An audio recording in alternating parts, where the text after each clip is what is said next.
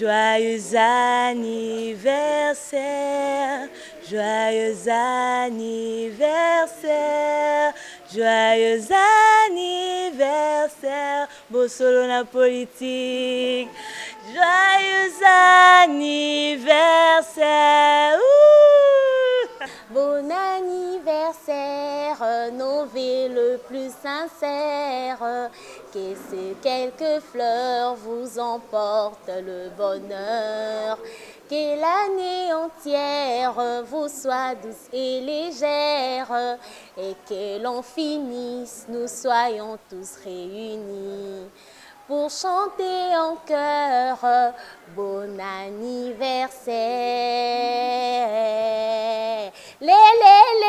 Bon anniversaire à Bosolo na politique, 2 ans en tout cas, ça s'est fait. Hein. Joyeux anniversaire de Bisomoko Batama Solo. Donc joyeux anniversaire na Bosolo na politique. Mon vieux Israël Mutombo. Nguya. Nzamba pambola makambo ebele nayebi ke ba contrat eza mais ano ebakisa lisusu ba contrat ebele Bosolo na politique. Bon anniversaire.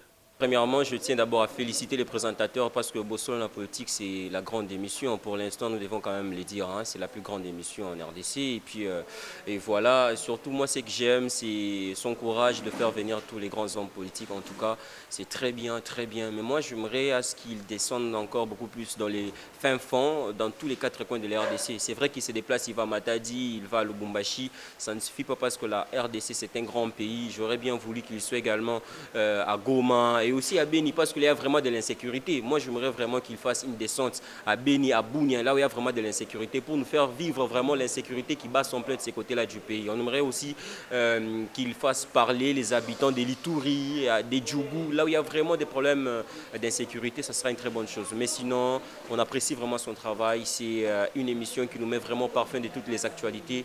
Coup de chapeau et joyeux anniversaire à Bosolo la politique. Je dirais d'abord joyeux anniversaire à l'émission Nabino Bosolo na politique. C'est une émission où il y a Kitoko, vraiment coup de chapeau na sango. Il y a une initiative à Kitoko. Pour l'émission, il y a une émission Bosolo na politique, il y a une émission moko, il y a facilité biso to comprendre la politique. Il y a une ébélité où il y a qui comprendre français. Et bien, il y a une théorie, une philosophie, une français, une émission. Mais na Bosolo na politique, ils ont permettre de surtout couche surtout ya bateau. Ba comprendre bongo politique nini o eza kati na mboka na biso.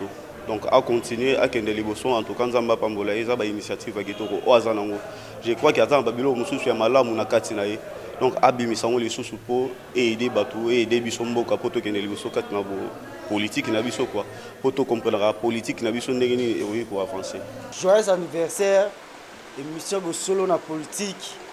Batu ya bien bazala wana. Les gars kitoko to les langues fort faut ça la kaka. Ah na sepeli makasi lokola émission na biso ezoko kisa 2 ans. Na lingi yango makasi eza émission oyo omoni naza na atelier mais naza na télévision ya munene kuna bantu bayaga batondela kanga yao na sala ka minute nyonso ye asalaka émission wana ngai na sala ka musalate atelier na ngai esaka musalate bantu batelemi bazolanda kaka Bosolo na politique pona anniversaire na ye to sengelie azala makasi nzamba salisa ye abakisela ye makambo ebele.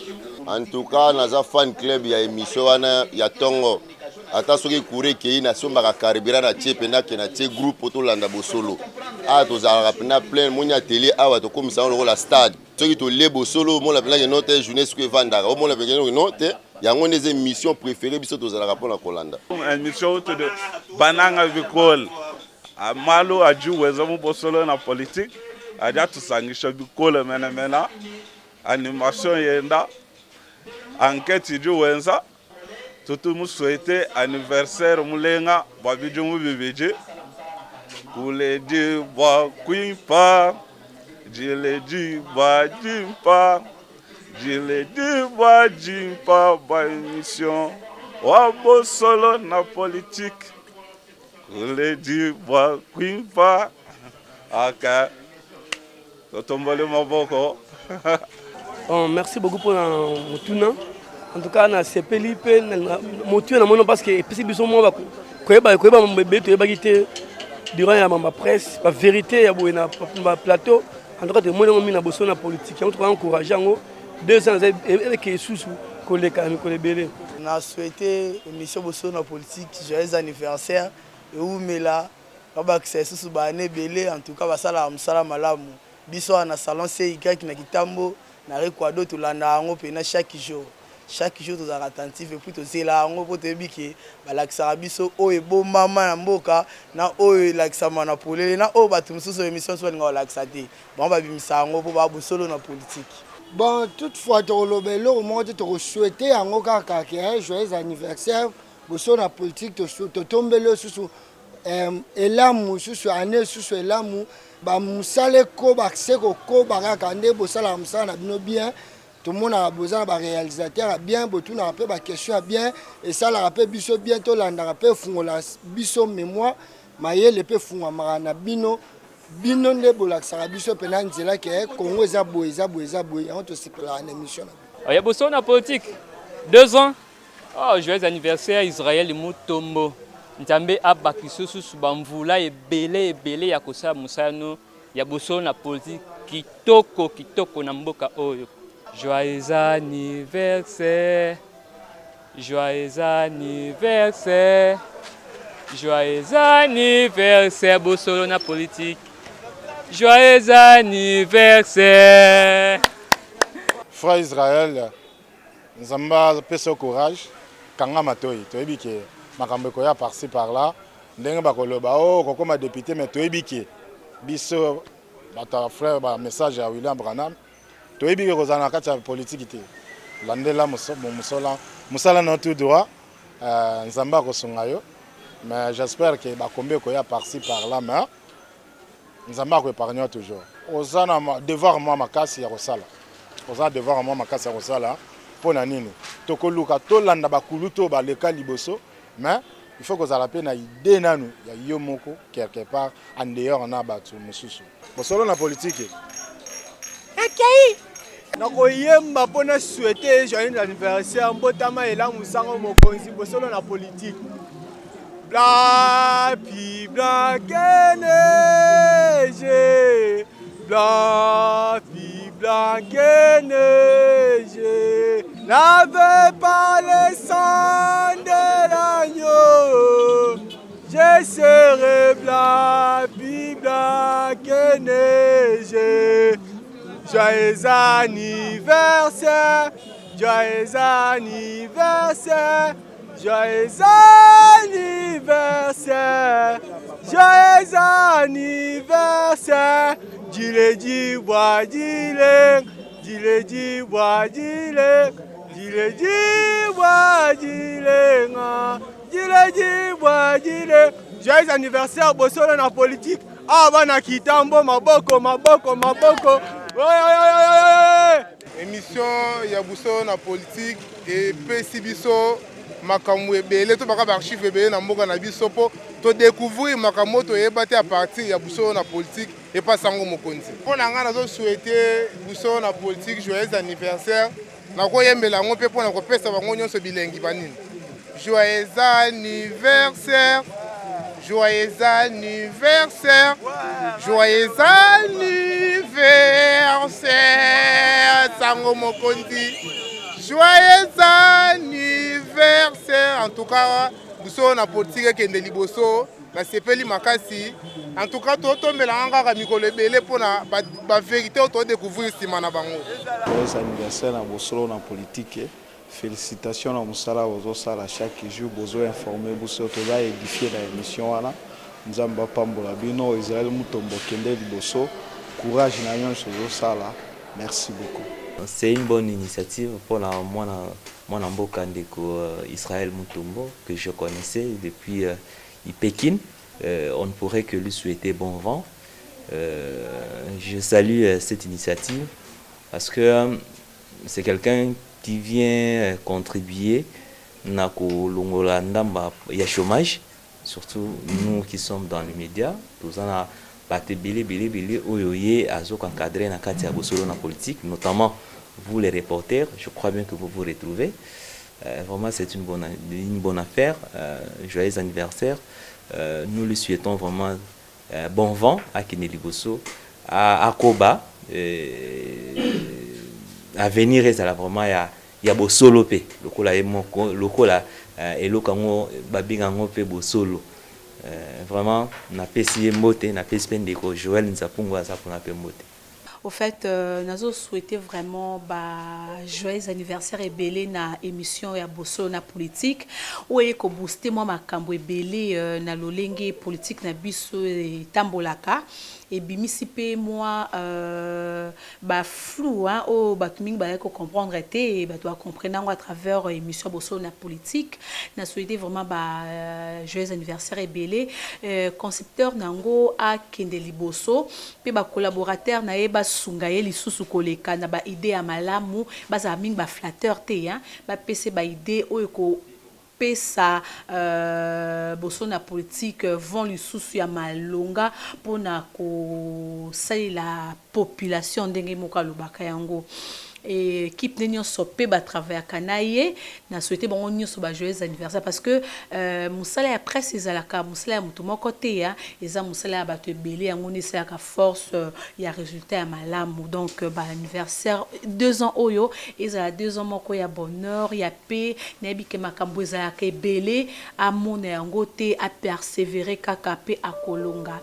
Et tous ceux-là qui sont fans ou téléspectateurs assidus de l'émission Bosolo da politique, aujourd'hui Bosolo a déjà 2 ans et nous souhaitons vraiment un très grand joyeux anniversaire à cette émission, que cette émission parte de l'avant, que cette émission prospère à tous égards comme la Bible le dit et que lui-même, M. Israël Mutombo, soit fort malgré les vents et marées et qu'il continue vraiment son combat. Merci. Vraiment, napesi papa sango mbote bisika zali mbote parce que azo sala musala moko o ezali tellement important pour mboka na biso lelo, je peux dire. Pourquoi? Parce que azo kota na profondeur ya makambo ozo tungisa mboka na biso et nazomona pe ke bakonzi bazolanda ye mingi. Il y a aussi des solutions ozo pesa ma vie ba proposition o esala mananzela Bosolo na politique. Vraiment c'est une très grande émission. Aujourd'hui 2 ans, je dirais bonne chance encore à venir. Je sais qu'il va faire encore de très grandes choses parce que pour aujourd'hui il y a pas match na Congo, c'est Bosolo na politique. Donc là il y a pas match. Il n'y a pas 2, il n'y a pas 3. Pour aujourd'hui, c'est Bosolo na politique. Que Dieu puisse l'amener encore plus loin. Et là, au moins, ça, la kalobaka. Blanc, plus blanc que neige. Blanc, plus blanc que neige. Lavez par le sang de l'agneau. Je serai plus blanc que la neige. Vraiment, Nzamba Sungaye qu'il continue à être blanc, plus blanc que la neige. Et à Okende Sumusike Longo Nzambe. 2 ans, ça s'est fait. Bon joyeux anniversaire à Bosolo na politique. Merci beaucoup. Lelo 2 ans, jour pour jour, il y a une émission na biso Bosolo na politique. En tout cas, c'est une émission na lingango mingi pe na landango souvent. Chaque matin, chaque soir, dans la Bosolo télé pour na Rolanda émission. Nazo souhaiter le soit bonne chance. En tout cas, kende de l'avant. Souhait na biso ezali akoma musika. Lokai moka loba kaza journaliste des investigateurs. En tout cas, ils ont mon appel na misana osala. En tout cas, ils a bien Nzambe apambola ye atombola ya kende sous de l'avant. Merci. Joyeux anniversaire à vous, à toute l'équipe de Bosolo na politique et surtout au présentateur Israël Mutombo que j'aime bien, un grand présentateur qui me motive aussi à être présentatrice de certaines émissions.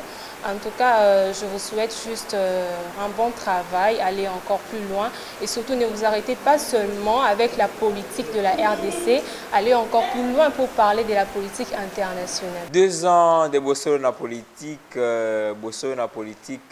émission et akabongo ko fungola biso miso pona maye matali bongo politique ya mboka na biso. Émission eyaka ko lakisa biso maye mabomba mi ose. Émission eyaka bongo ko ebisa biso ba sekele toyebi te. Merci bongo na tata ya biso ene na biso Israël Mutombo tata Sango. Merci pour na idée oyo azwaki. nzambe apambola ye mpona yango. Merci, courage na ye mpona émission eye akende se liboso ABC les braté akoba se kosala se malamu pe kosala émission lolenge elongo bani po te ezali bongo kopesa biso makasi biso pe baleki oyo tozali na nsima toka bongo kosala lolenge elongo bani. Merci penza, joyeux anniversaire na émission Bosolo na politique. 2 ans Bosolo na politique, on ne peut que féliciter ceux qui font des bonnes choses qui contribuent aussi au développement de notre pays, parce qu'une société dont les gens ne savent pas comment informer ou comment communiquer, c'est une société à moitié morte. Donc ce que Bosolo na politique fait ensemble avec tous les journalistes qui travaillent, qui tiennent compagnie Israël Mutombo, on peut que les féliciter, les encourager de continuer avec cette mission noble en guise de permettre à notre pays de s'épanouir aussi le plus vite que possible. Donc en passant, je vais féliciter Israël Mutombo ainsi que tous les journalistes de Bosolo na politique. Que Dieu soit avec vous, que Dieu puisse vous bénir, que cette émission puisse aller de l'avant le plus vite que possible. Blanc, plus blanc que neige, blanc, plus blanc que neige, lavé par les sangs des agneaux, je serai plus blanc que la neige. En tant que peuple congolais, et on ne peut que souhaiter bon vent à cette belle émission Bosolo na politique. Parce que vous savez, nous on est professionnels de médias, on est professionnels de la presse. On sait qu'exercer ce métier de journalisme ici en RDC, ce n'est pas du tout facile. Tout le monde sait, hein, par rapport à la liberté de presse qui n'est pas respectée ici. Et les gens ne veulent pas qu'on puisse traquer la vérité, bien dire la vérité. Et on cherche toujours à masquer l'information ou bien à donner la mauvaise version des faits. Mais avec Israël Mutombo, qui est venu avec son émission Bosolo na politique, c'est vraiment quelqu'un qui nous a appris beaucoup. Pourquoi? Parce qu'il n'a pas vu le pot de banane qu'on mettait sur le chemin des journalistes. Lui, il s'est investi à faire uniquement le travail d'un journaliste. C'est lui de traquer la vérité. Et nous avons vu, nous tous, nous avons vu plusieurs dossiers passer par l'émission Bosolo na politique et la vérité a fini par triompher. Bon vent, joyeux anniversaire à Bosolo na politique. Mungu abariki sana Israël Mutombo. Nami Emeko Israël, je suis le pasteur Israël. Nasema Mungu akwende nawe mbari sana. Akufanishe ya mingi, akupatie nguvu, akupatie na akiri ya kutembesha ile mission. Nafungua abantu mingi akiri. Mungu akubariki sana. En tout cas, tout ces pays mingi na 2 ans ya Bosolo na politique. En tout cas, ces émissions moko et ko pesa biso Bosolo vraiment na politique. Pour to bana ko yeba ma mususu te à travers Bosolo na politique, ma mususu e bomba mekunda ma to ye bien en tout cas. Na ces pays makasi na souhaiter kaka ba joyeux anniversaire na Bosolo na politique. En tout cas, sango mokonzi ako bakaka bongo a continuer ndinga a lobaka Bosolo a changer te. En tout cas, surtout souhait na biso eza Bosolo na politique et garder kaka nango échanger et le toujours vérité. En tout cas, joyeux anniversaire à vous, na bango sur na ba membre nous surtout à Bosolo na politique. Je vous souhaite joyeux anniversaire. Bon anniversaire, nos vœux le plus sincère, que ces quelques fleurs vous emportent le bonheur, que l'année entière vous soit douce et légère, et que l'on finisse, nous soyons tous réunis pour chanter en chœur bon anniversaire. Bon anniversaire à Bosolo na politique, 2 ans en tout cas, ça s'est fait. Je voudrais d'abord, dans l'occasion où il y a 2 ans, féliciter l'initiateur de Bosolo na politique parce qu'il a su toucher effectivement besoin de la population, besoin d'information. Il y a informé et informé. Ce n'est pas normal qu'on crée un journal à Linga aux États-Unis. On crée un journal français, monsieur français à Kinshasa. Israël Mutombo a si bien touché au Sénat qui Simba. C'est-à-dire que ça la communication de proximité, communication au peuple à comprendre ni effectivement les collègues. dezali concept moko ya malamu pe ya sika bengo bosolo na politique tolingi ko pe bosolo na société civile na social bosolo na économie bosolo na makambo nyonso pour permettre que ba communicateur si pour ba o bazali na ba information pendant ko pesa peuple ba pesa ngo na bosolo nyonso parce que bosolo effectivement ezali moyen ya malamu pona ko yeba comment gérer la société surtout gérer mboko na biso na bosolo moi mboko se ko évoluer makasi donc on dit que gérer mboko na lokuta politique comme défini comme art ya lokuta ne politique ya malamu te.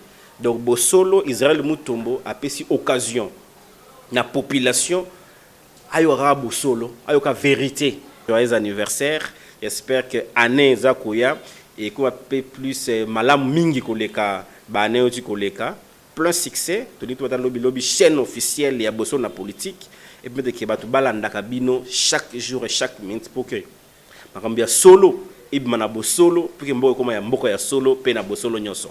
Joyeux anniversaire, Bosolo na politique. Joyeux anniversaire. Je souhaiterais un joyeux anniversaire et belé à continuer à Moussala toujours, à souder la population de Gaza toujours soudée. Bon, en fait, souhait n'engage que va continuer sur le marché au bateau, continuer sur l'information parce que déjà, Bosolo informera vraiment très bien. On a eu l'information, il y a bien.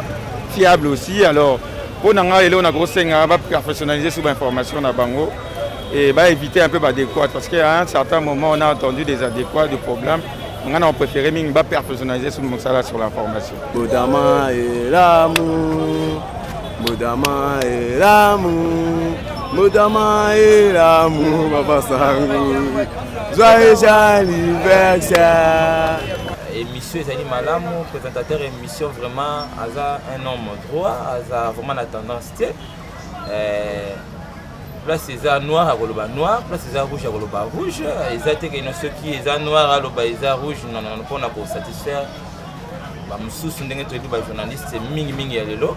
Et là quand on senga na e a continuer toujours na Sewana, je sais que foot peut-être et koko bima na ba manière mususu bien que il y a aloba qui y a za politique mais koko bima peut-être na ba manière mususu na koko souhaiter une émission à venir à Malam vraiment Israël Mutombo o eza pona yo na équipe na Mobimba.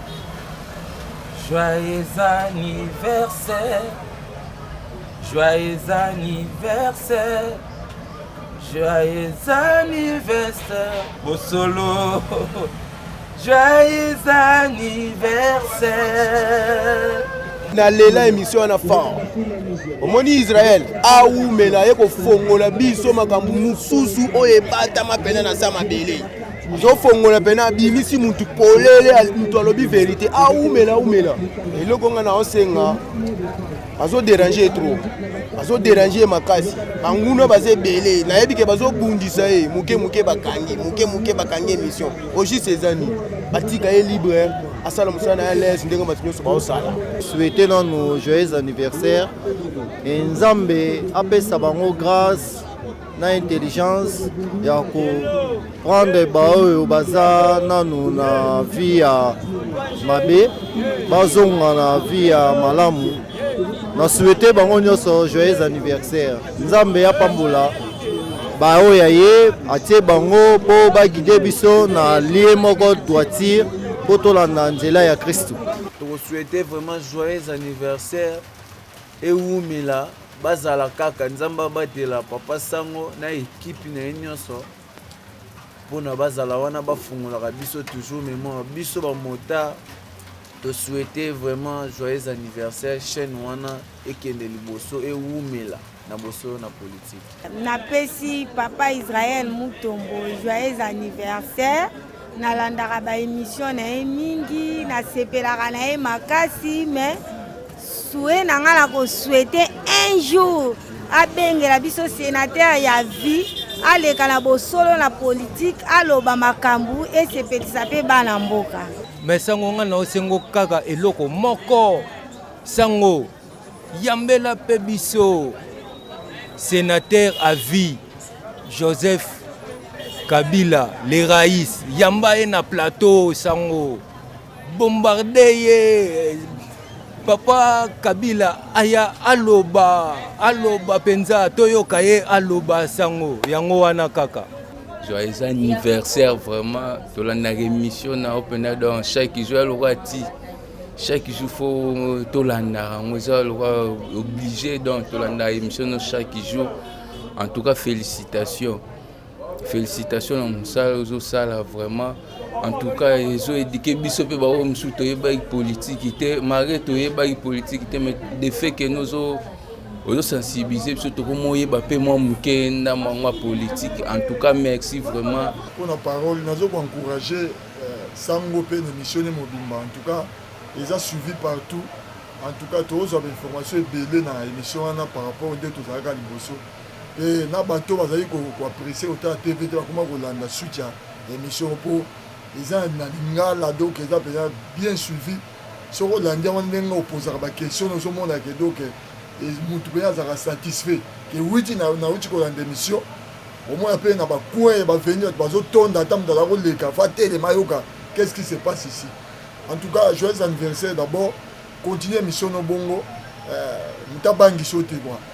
2 ans c'est peu mais c'est beaucoup aussi en tant que journaliste. Sur au totalisé 2 ans c'est beaucoup parce que papa wana a surmonté des difficultés et belé ba kangiye à côté prison mais à zongi simate a continué à bosolo. Vous savez que dans les pays africains on n'aime pas les bosolos mais il y a quelque chose nzela moko ya bosolo c'est-à-dire que nzela moko ya difficulté ndenge yezo a ndimaki et kuruze na ye ndenge ya ndimi yango a totalisé déjà 2 ans c'est beaucoup. Félicitations et le kotozo senganaye a continué na bosolo wana te na suka bosolo sur le plan politique, bosolo sur le plan social, sur le plan économique. Botama et là pour na bosolo politique 2 ans en tout cas esengo ya ebele komona malgré ba secousse, malgré ba pression mais quand même bosolo na politique a percé et puis a satisfaisera toujours biso ba téléspectateurs tant que l'andara bosso na politique. En tout cas un grand merci na équipe vraiment et c'est la réalisation et émission le roi bosso na politique.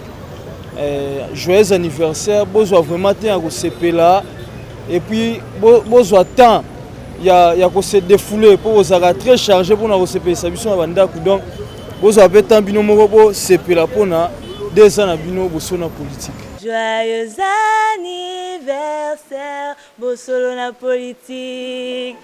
Joyeux anniversaire. Azali muto toyebi, tomoni musana na de le début tant azalaki na Afrika, alongo na Africa TV, aye na Congo Web. Congo Web alongwe akomi na PES TV. El bosso zone kopesa ndambe merci. Na ide apesa ye, mayelo apesi ye. Pe apesi sous 2 ans d'existence émission. El bosso to pesi ndambe merci. Emi balezali kopambola ye akende liboso. Nzamba pesa ye makasi, intelligence azana ngo ke sur liboso. Nzamba protéger contre ba tempête, ba onyo sweyaka na musala akende vraiment liboso to pamboli na kombo na Yesu. Blanc, plus blanc que neige. Blanc, plus blanc que neige. Lavé dans le sang de l'agneau. Je serai plus blanc que la neige. Ouh! Joyeux anniversaire à toi, M. Israël Mutombo, Moulouba Mouindou, Papa Sango. Allez de l'avant. Nous, toute la famille, nous te disons des bonnes choses, des bonnes choses. Joyeux anniversaire, joyeux anniversaire. Kolo apambula Israël Mutombo. Aza la penza lokola sommet ya kati ya libota woyo. Kolo apambula ya prolonger penza vina yeza la mulayi akende liboso. Na emission yo zali. Kolo nde moto azopesa ye mayele. Na milieu yo zali papa.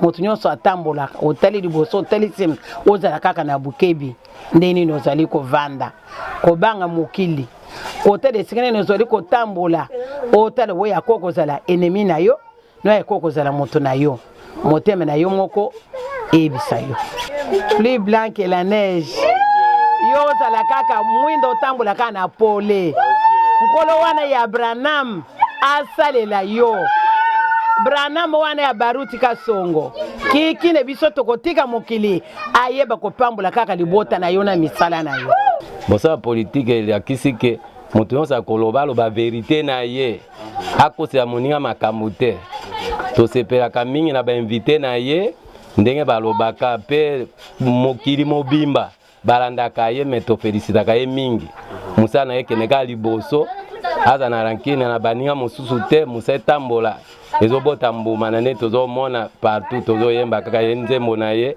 ya blanc plus blanc tondi kaka aza makasi na musala na ye nzambe apesa bambula ebele. Merci nzambe apambola ye akende na musala ngo liboso mais ezala kaka pembe na politique ekoma lokuta na politique te mais bosolo kaka toujours na politique. Voilà lavé dans le sang de l'agneau, je serai plus là que la neige, blanc, blanc, blanc, joyeux anniversaire Papa Isa. Moi, je suis à 2 ans, Azali sous sa zone matin, c'est-à-dire à Telemi, moi, mon moto Azali, Aibi Koloba, Aibi Père, Kosala, moi, moi, Mouken, Ndenge, Sengen, na âge na 2 ans. Bosso na politique, a gardé car bande na Ndenge Azali. Pour but émission za bosso na politique, a banga te ba menace to ba biloko ba politicien ba ki koloba. Voilà ce que bien abana ko résoudre ba biloko wana et ko fragiliser moi mukie ba biloko wana. Parti pris pesa la te. Donc aloba makambo esengeli ndese. O makambo a traiter makambo esengeli na politique. Joyeux anniversaire pour na mutombo na biso. Mais makambo aloba kana sepela nango mingi. Mais na lingaka ye makasi.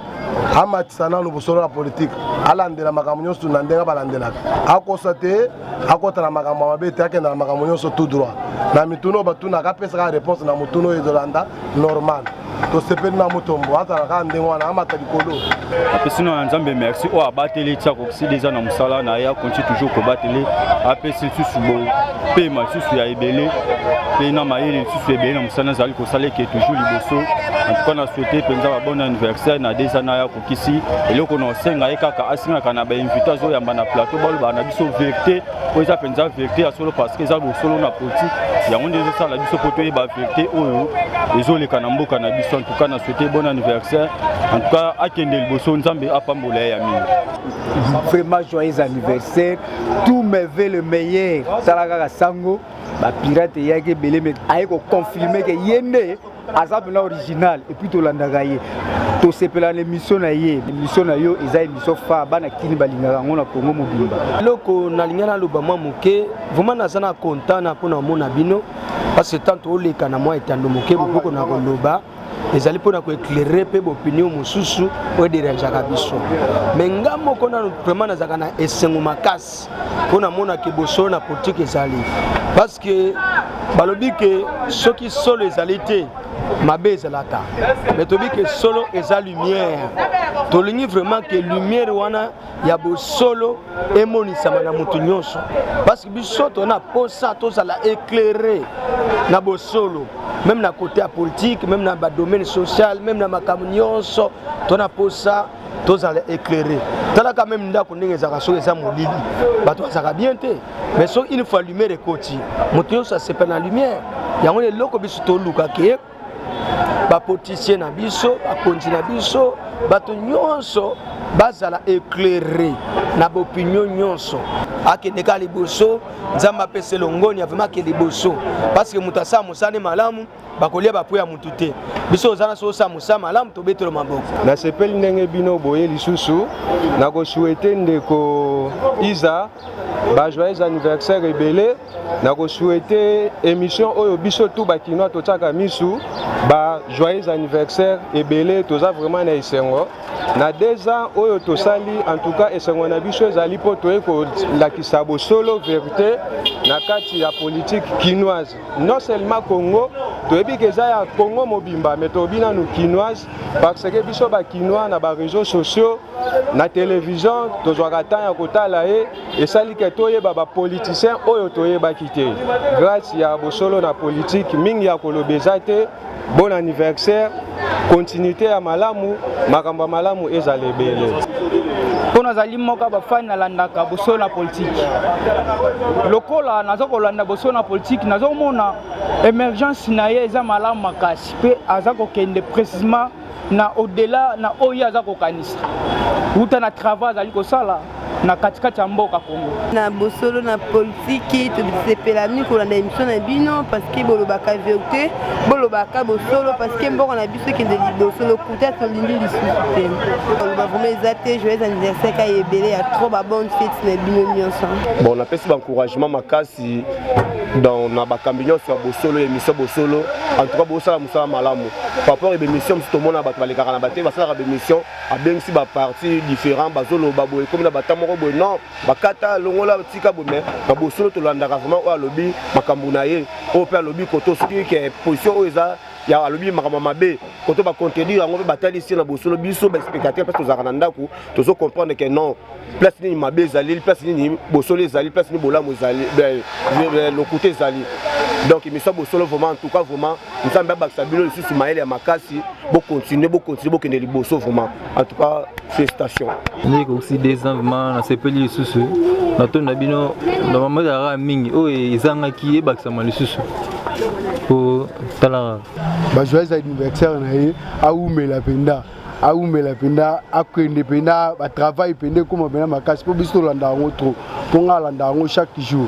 natomboli maboko na nzembo moko ayembaka ekima ya ngai blanci blaken toleli yango bosolo na politike yango wana. Bon anniversaire parce que 2 ans ils ont fait des choses et la grande équipe il y a émission Bosolo na politique et en particulier aussi à mon ami et frère confrère Israël Mutombo à qui tu bandina il y a longtemps depuis Canal Kin, on a travaillé quand même dans le même service et puis à Africa TV et voilà, a évolué. Il fait un bon travail parce que précision, objectivité, ezali. Donc je ne fais que dire bon anniversaire, na bosolo na politique et encourager Israël Mutombo, le Congo, la République démocratique du Congo.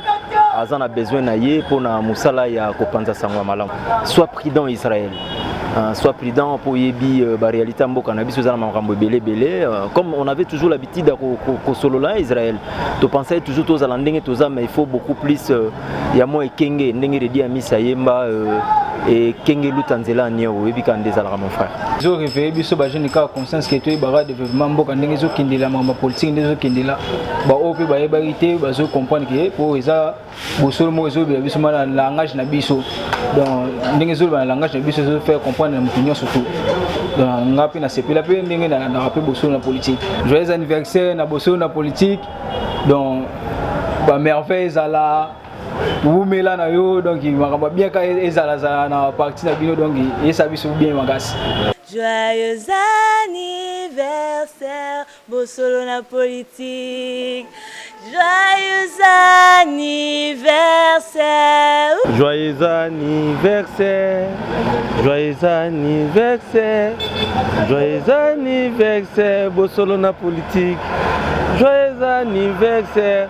C'est un peu ça, tu encourager Sango na ensemble il y a équipe technique naie vraiment Nzamba pe Sabino makasi et puis Sango Nzamba bakisolo inspiration lisusu oyo ezangaki ebaka mapenza et to bondela mingi pona yo l'homme de médias Sango ozana na longue vie musala wana toyebi ezana ba risque belé à part monde ba poison ezana monde ba enlèvement liwa pesa disponible malade ezali men kola bomba yo batela yo na équipe technique na mobimba ya koloba pende zate sala bosoro na politique ningo marawana et ozala esengo mingi pona bino nalinga ngo makasi sa façon de travailler ndenga sala ndenga poser ba question na sincère na sepelane makasi on a kokisi le 2 ans.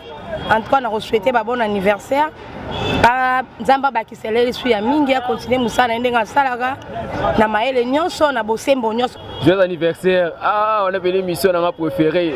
Émission na ma préférée na l'émission na fort.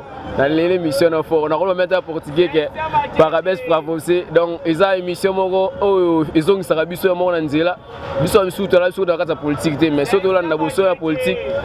à travers ndeko na biso sango azongisa biso fort na nzela na lela fort donc ça zalata moi sinanga pour na bale mais mission pena na préféré na 2 ans ça nzamba bakse ko mata Milan malgré biso to ko 100 000 te mais na osepela oyo ko mata Milan pamba mais na sepela makasi wana pena masolo pena ndenge za pena donc boso na politique pena ya politique donc prêtre azolakisa biso penza donc masolo ndenge mboka izokini izotambola donc biso tolandaka yango kaka malgré kindoki ya bata courant donc bata snel bandoki mais vraiment eza vrai masolo penza donc tolandaka yango penza bien ndenge esengeli donc ye penza asosolaka penza babiloko wana tu akundola yango penza na se po bato badongolo miso ndenge mo babengaka bango totala penza ke non bango penza nde bazana moyen bakosa biso eza te donc eza vraie émission vraiment émission et sepesaka mutu nyonso sepesaka omonaka ata boza place moko boye okomaka ate 11h ebeti fo tolanda bosolo na politique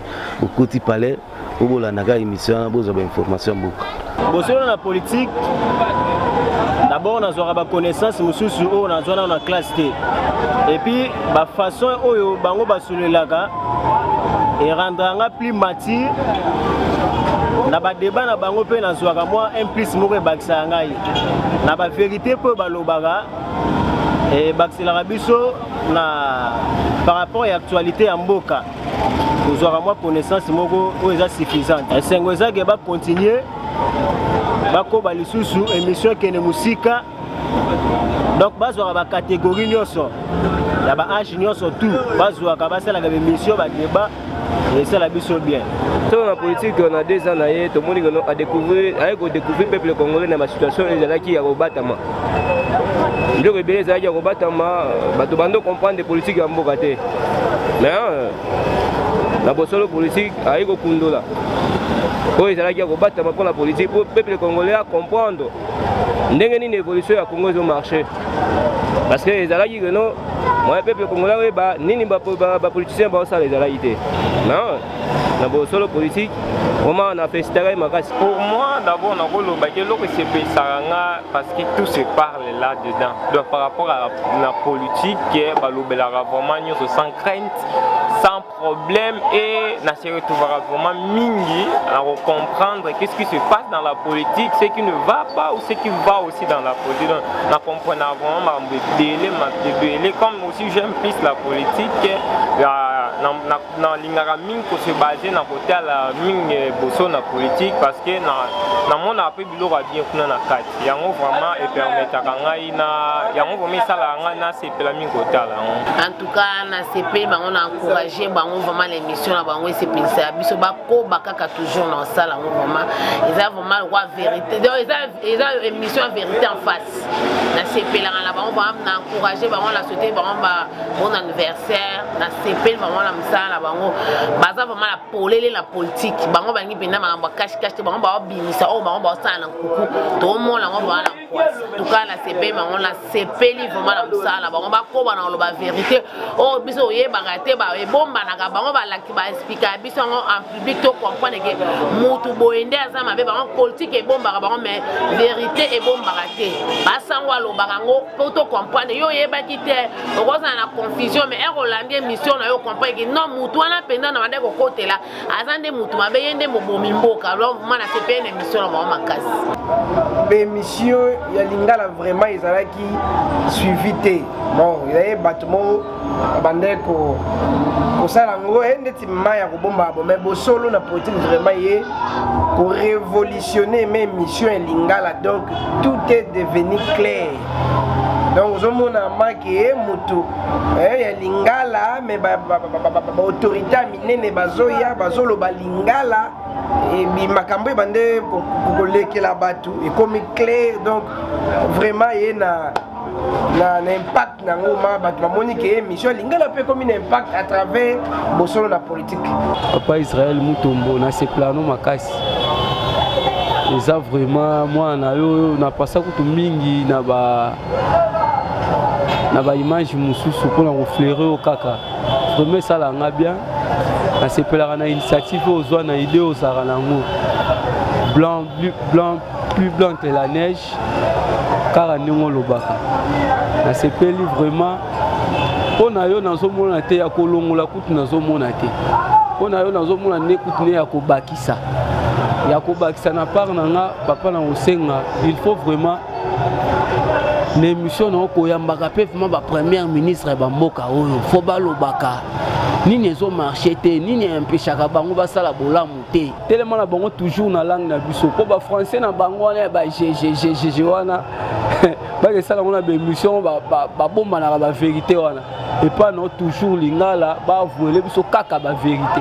Bon, eza émission ya bana mboka, émission tolinga kolanda mingi tala kaka babengi yango bosolo na politique na biloko toyebaki te to découvrir yango kuna bato toyebaki te to mona bango kuna donc matondo mingi na musala kitoko baosala ba bravo ebele pona bango ba flair ebele pona bango to bwakeli bango ba flair ba encouragement makasi donc sango Israël akoba lisusu kosala babilo mwa malamu ezosala la population kitoko donc to féliciter bango makasi na équipe mobimba baosala émission na biso to journal ya bosolo na politique na landango pena de prépo na santara ke bopesaka biso pena d'information bien contenu ya makambo ezoleka na mboka na félicité bino na 2 ans bosali ezokende pena malamu mpo na ngai na moni bosolo na politique eza émission moya ya journal moko ya malamu mpo na ko éclaircir biso ba peuple congolais bo continuer kosala koleka ndenge bosalaki 2 ans liboso bo continuer kosala koleka bolandela pena ba homme politique na biso tina ba terrain bobengisa pena batu mususu po tomonaka mingi bilongi moko bobengisa pe batu mususu oyo biso tomona bilongi na bango te bapesa biso pe baida malamu contenu ya mboka na biso toza na posa clarté totombeli yango et surtout ba joyeux anniversaire ebele ba fleur ebele na ngambo ya ndeko na biso sango oya à tout le temps telemisaka biso maboko c'est-à-dire atombolisaka biso maboko blanc plus blanc que neige je crois na part na ye tobwaki ba fleur ebele topesi ya mingi ba félicitations na bandeko ya boso na politique ba encouragement c'est-à-dire émission où est réveillée population congolaise makasi et réveiller biso te ba situation politique ya mboka na biso ndenge ezoleka pe émission oyo esali ke mutu nyonso surtout azala capable ya koyeba mabe na malamu ba politicien na biso en plus émission oyo esu kosala ete batu bayeba lolenge ni mboka ezotambola lolenge ni mboka ezokende longo situation tokomi nango na mboka oyo yango loko tokosenga toujours na bandeko ya boso na politique bakoba toujours na ko avancer makasi lolenge babengi yango bosolo na politique baloba ke bosolo babima libanda te influence ba politicien ezala kati na bango te wana ezoloko oyo tokosenga na bango po te émission na bango ekende toujours liboso parmi ba émission ya politique biso batu ya machine topesi yango première place parce que ba mériter vraiment na 2 ans au basali ba mati échelon makashi to sengi susu na boso na politique amemela biso ba oyo baza vraiment ba noyau politique ya mboka na biso bayaka pe na plateau na epo émission pe en plein ezalaka te ba oyo ba débataka tout moment tout monde na bango pourquoi pas bengisa ba fayulu pourquoi pas bengisa ba kabundi pourquoi pas bengisa ba muzitu pourquoi pas bengisa ba Moïse Katumbi pourquoi bengisa ba to ya minene atia bango pe ba se confronter c'est-à-dire ezalaka te bengisi mutu moko mais comme pe et qui na tendance pe à débat. Voilà, tendance pas débat, tout le monde a une mission, monsieur, tendance pas débat, va débattre face à face, que vous allez vraiment malamu mingi. On zaki ou kolobaya joyeux anniversaire, to pesi na bino ki ne liboso, plus blanc que la neige, pour avancer nzamba pambola bino makasi. Tozali ebele, je crois tozana pona ko souhaiter joyeux anniversaire na bosolo na politique. Yango na to yembi nzembo blanc, plus blanc que neige. Blanc, plus blanc que neige.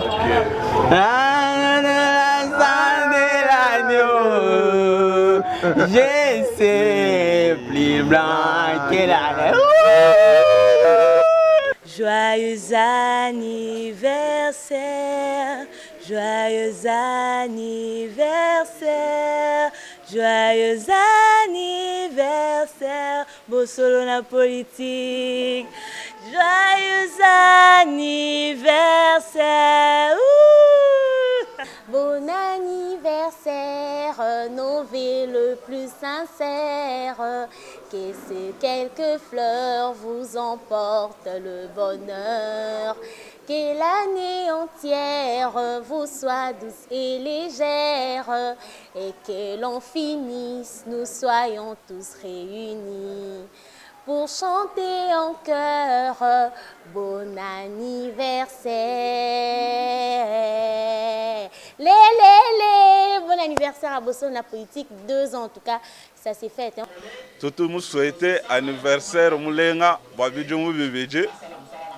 Pour les dieux, bois, Quimpa, je les dis, bois, Jimpa, je les dis, bois, Jimpa, bois, émission. Wabo solo na politique, le di bois quimpa, aka, totombole maboko. Il dit bois dilenga, il dit bois dilenga, il dit bois dilenga, Bossolo na politique. Gile di bois di lenga